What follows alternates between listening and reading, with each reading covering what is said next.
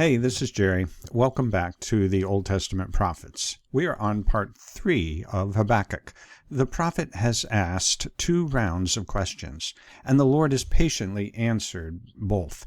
In the Lord's second answer, he, in a sense, picked up Habakkuk and revealed heaven's vantage point, where the powerful nation Babylon, which was about to conquer Judah, will eventually be judged and crushed as a nation.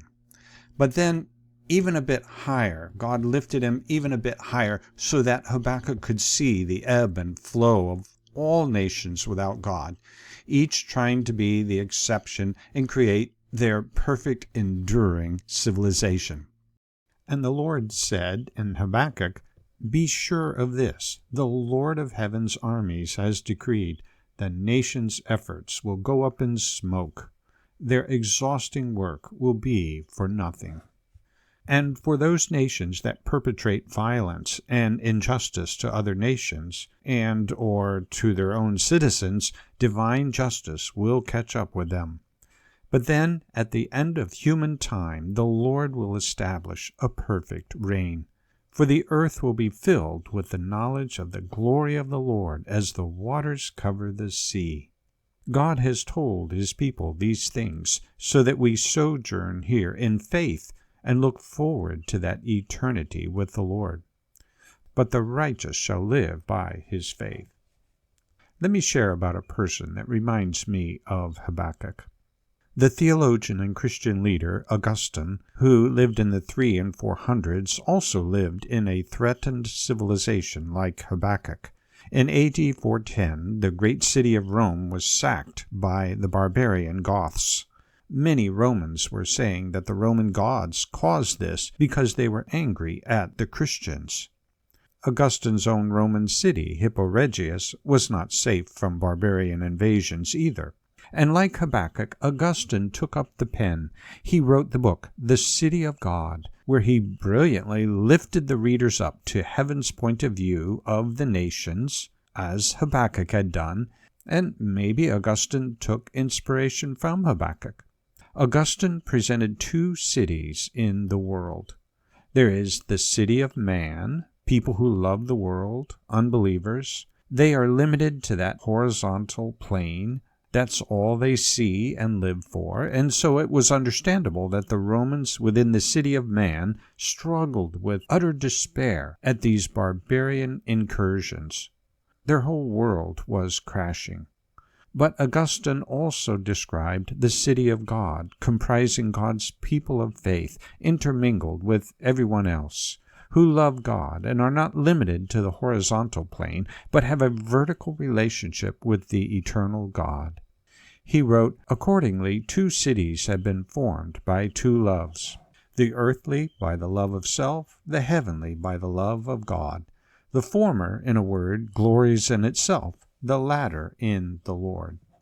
This heavenly city, then, while it sojourns on earth, calls citizens out of all nations and gathers together a society of pilgrims of all languages. In its pilgrim state, the heavenly city possesses this peace by faith, and by this faith it lives righteously. When we shall have reached that peace, this mortal life shall give place to one that is eternal. Augustine and the believers in the Roman Empire grieved for their capital and nation as citizens, as Habakkuk would for Judah.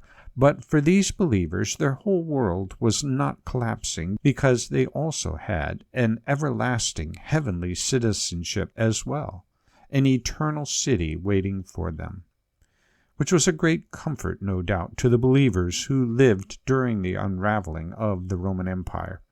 Augustine died from sickness at age 76 during the siege by the barbarian Vandals upon his city. That is, the German tribe called the Vandals, the origin of our use of the word now. The Lord encouraged Habakkuk and the people of God in his day not to despair. All was not lost. The Lord was still on the throne in his holy temple and moving his triumphant kingdom forward. And he will always take care of his own along the way who were living by faith in him. Okay, now let's finish Habakkuk. The Lord leads Habakkuk to give the last chapter and to even put this into a song to be sung by his people. We wish they could sing and play this for us, but let's read. A prayer of Habakkuk the prophet according to Shigionote. Again, Shigionote was some kind of musical notation. Lord, I have heard the report of you, and your work, O Lord, do I fear. In the midst of years, revive it. In the midst of the years, make it known. In wrath, remember mercy. In chapter 2, the Lord rehearsed all the judgment he was going to level against Babylon in the future, another 66 years or so ahead. Habakkuk got that message and will acknowledge that at the end of the book. But here, Habakkuk is talking about something else, something not in the future, but events that have already happened. Listen to the New English translation. I have heard the report of what you did. I am awed, Lord, by what you accomplished. In our time, repeat those deeds. In our time, reveal them again. But when you cause turmoil, remember to show us mercy. So whatever deeds Habakkuk is referring to, he prays, please do these kind of events again. But when you do, please show us a lot of mercy, because Habakkuk knew the great spiritual needs of Judah then. In the following verses, Habakkuk recounts what those deeds were that God had done in wonderful poetic verses. Well, what were these events? God came from Teman, and the Holy One from Mount Paran, Selah. Selah is another musical notation.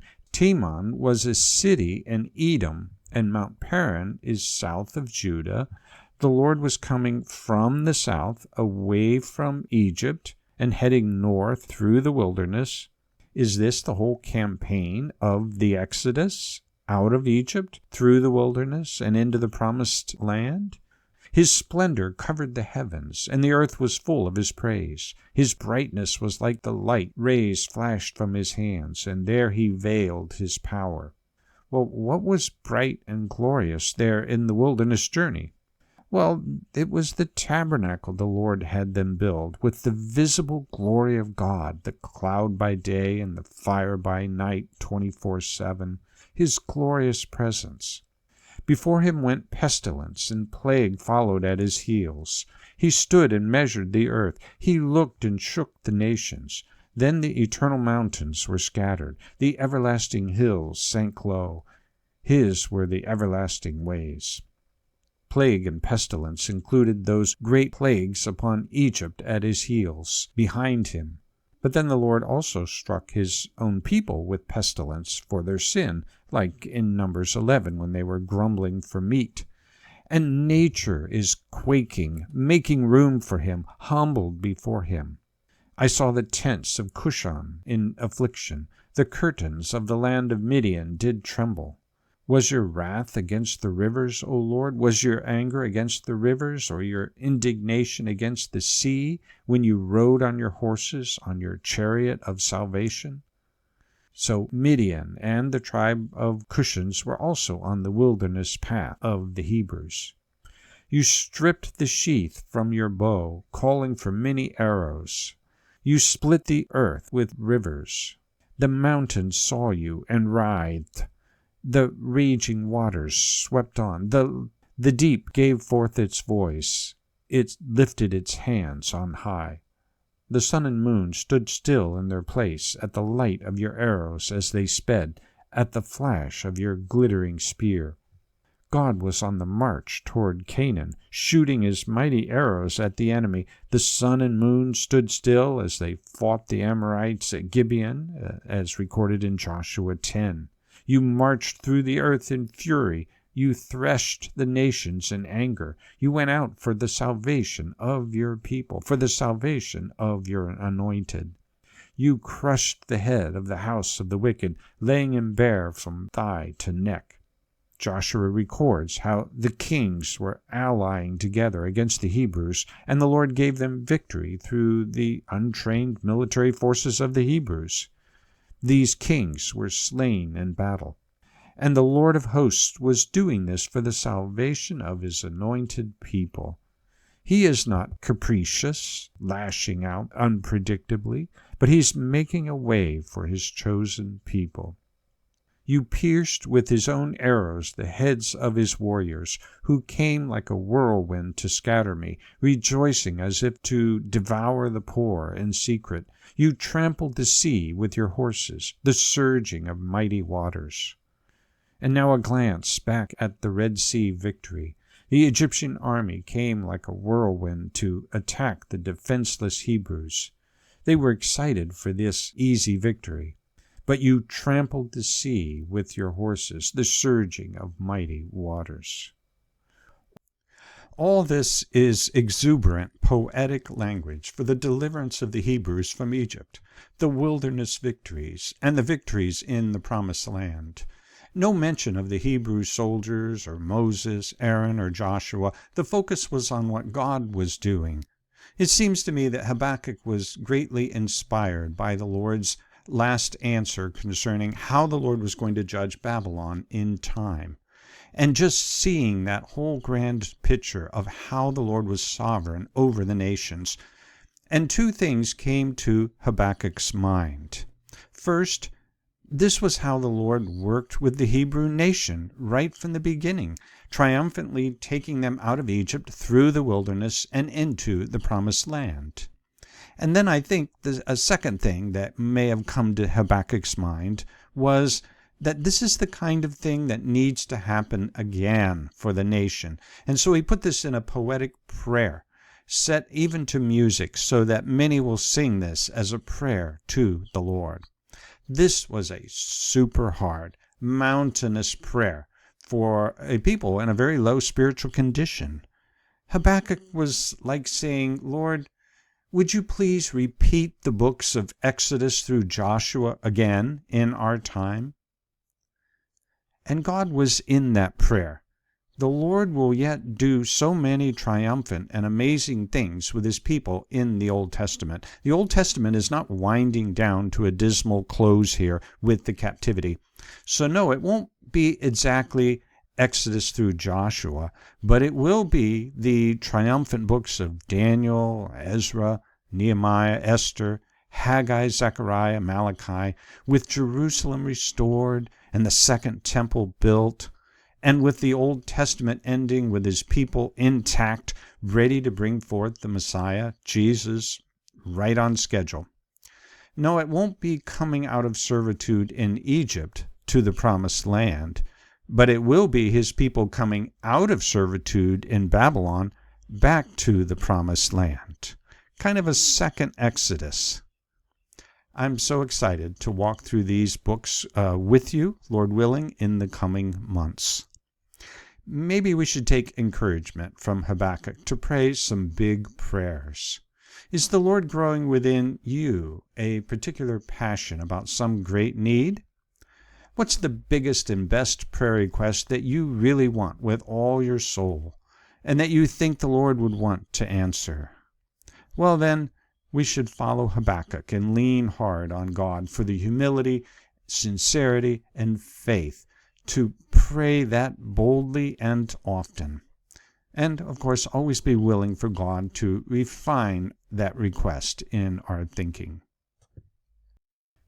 In the next verse, Habakkuk now responds to the Lord's answer in chapter 1, that the Lord was sending the Babylonian army to judge them. I hear, and my body trembles. My lips quiver at the sound. Rottenness enters into my bones. My legs tremble beneath. Habakkuk is physically and psychologically overcome by the fact that soon this fierce army of Babylon will take Judah. And we know he's referring now to Babylon because of the next verse. And we would be overcome as well if we knew ahead of time of such a complete disaster for our nation and its people. In the next sentence, Habakkuk reveals he really gets what the Lord has said in chapter 2, that the Lord was going to judge Babylon in the future. So with great faith he writes, Yet I will quietly wait for the day of trouble to come upon people who invade us. Habakkuk will wait quietly. He gets it now. The whole story is much larger and more grand than he was seeing. Habakkuk possesses a strong sense of justice because God put that in the heart of people in his image. But Habakkuk will be content that God will fulfill that justice in his own time. But then Habakkuk returns to what occurs first, and very soon, that judgment from Babylon. Our last status report was him saying in chapter 3:16, I hear, and my body trembles. My lips quiver at the sound. Rottenness enters into my bones. My legs tremble beneath me. That's Habakkuk physically, psychologically, because of impending judgment upon his nation. But where is his spirit, his faith? Though the fig tree should not blossom, nor fruit be on the vines, the produce of the olive fail, and the fields yield no food, the flock be cut off from the fold, and there be no herd in the stalls. Let me pause and say all this comes from war, from being besieged, and agriculture being totally disrupted. They were an agricultural, agrarian society. So today we would say, though there be no money in the bank, no food in the fridge or pantry, no stores to buy food from. And the next verse, yet I will rejoice in the Lord. I will take joy in the God of my salvation. Though all else may be taken away in the hard times ahead, he still has the Lord, his salvation. And in the Lord he will rejoice. God the Lord is my strength, and he makes my feet like the deer's. He makes me tread upon the high places. That is, he makes my feet swift, and I can walk on the side of a mountain, safe from those predators. God will take care of me. Before he said his legs were trembling, unstable, but now God will strengthen him for that time of trial. We just passed a deep, holy moment in Scripture. Habakkuk's faith is profound, given what is ahead for him and his people. This is about as real of a moment you will find in Scripture. Think of how his Jewish audience would be affected, that faithful remnant of believers, and any other Jews who may have read this. You could hardly get a more serious judgment coming on them soon. Think of how many of them were moved by God's Spirit through his word to embrace that same sturdy faith in the Lord, in spite of all they would be seeing and experiencing. The righteous, Habakkuk said, live by their faith. And a great test was coming on their faith very soon. Now let's think of the unthinkable. For at least 18 months, Nebuchadnezzar besieged Jerusalem. A year and a half. Long enough for all that food supply Habakkuk mentioned to dry up in Jerusalem. I'm trying to imagine how many times people in Jerusalem were reading Habakkuk's book during that siege. It was a Sabbath, the 9th of Av in the Jewish calendar, July 23rd, 586 BC by our calendars, when Babylon took Jerusalem, destroying much of the city and the temple, killing and taking many into captivity. How many of God's remnant held on to their faith in the eternal God, the Lord who is in his temple? We hope they all did. God gave his people a short book to get them ready for this invasion and taught them how to think about it and how to think about Babylon. I hope there were other Jews who read Habakkuk for interest and maybe were converted back to their historic faith in the Lord. Now remember in Ezekiel 9, we saw that Ezekiel's vision of how there was a heavenly mark on all those faithful of the land, and the command that they should not be touched in the Jerusalem attack. Though the battle would look to everyone as chaotic, God was preserving his own. His remnant would have been submissive to the message of Jeremiah to surrender, and would have most likely been taken captive into Babylon, where God raised up the prophet Ezekiel to minister to them. and where they could be salt and light to their fellow Jews and to their children, and maybe their children's children, who might return to Jerusalem with Zerubbabel, Nehemiah, and Ezra to rebuild Jerusalem and the temple after the 70-year captivity. Today, over 2,600 years beyond Habakkuk, there are yet very vexing circumstances and sinful expressions all around us, and too much sin within us. But by faith, following Habakkuk, we know that the Lord is at work in the big and small pictures, working out everything for His glory and for the good of His people. Romans 8:28. And the Lord will give us the strength to walk in these days. Remember, Habakkuk had said, the Lord is my strength. He makes my feet like the deer's. He makes me tread on the high places. Yes, He will strengthen us. And then one day our faith will become as sight. As Habakkuk shared, the earth will be filled with the knowledge of the glory of the Lord as the waters cover the sea. Thanks very much.